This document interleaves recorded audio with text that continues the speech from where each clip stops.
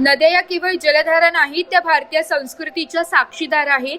आपल्या परंपरा, संस्कार, सण, उत्सव आणि सामाजिक जीवन हे नद्यांशी घट्ट जोडलेले आहे.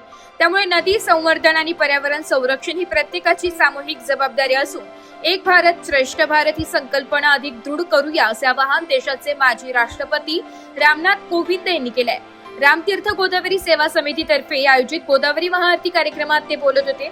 यावेळी राष्ट्रीय महिला आयोगाच्या अध्यक्षा विजया रहाटकर, महापौर हिमगौरी आडके आहेर, शांताराम शास्त्री भानोसे, फिक्कीचे अध्यक्ष मिलिंद कांबळे, जयंत गायधडी यांच्यासह विविध क्षेत्रातील मान्यवर, नागरिक आणि भाविक तसेच समाजातील विविध घटक मोठ्या संख्येने उपस्थित होते.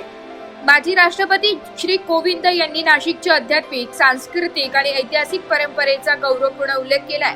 प्रभू श्रीराम, पंचवटी आणि गोदावरी नदीमुळे नाशिकची ओळख देशभरात पवित्र आणि प्रेरणादायी भूमी म्हणून निर्माण झाली. गोदावरी महाआरतीच्या माध्यमातून नदी स्वच्छता, पर्यावरण संरक्षण आणि सामाजिक जनजागृतीचा शाश्वत संदेश समाजापर्यंत पोहोचविला जात आहे.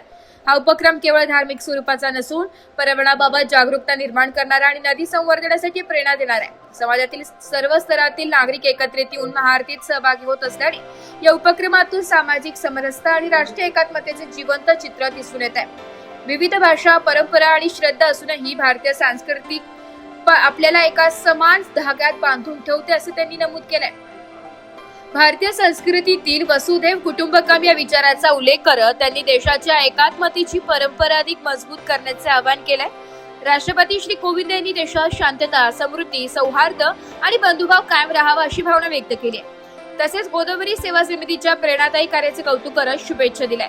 फिक्कीचे अध्यक्ष श्री कांबळे यांनी भारताच्या हजारो वर्षांच्या सभ्यतेचे सामर्थ्य हे सामाजिक ऐक्य, परस्पर आदर आणि सांस्कृतिक मूल्यांमध्ये असल्याचे सांगितलंय. यावेळी मान्यवरांच्या हस्ते गोदावरी स्मरणिकेचे अनावरण करण्यात आले. यावेळी माजी राष्ट्रपती रामनाथ कोविंद यांनी सपत्नीक गोदावरीची पूजा केली. Bureau report.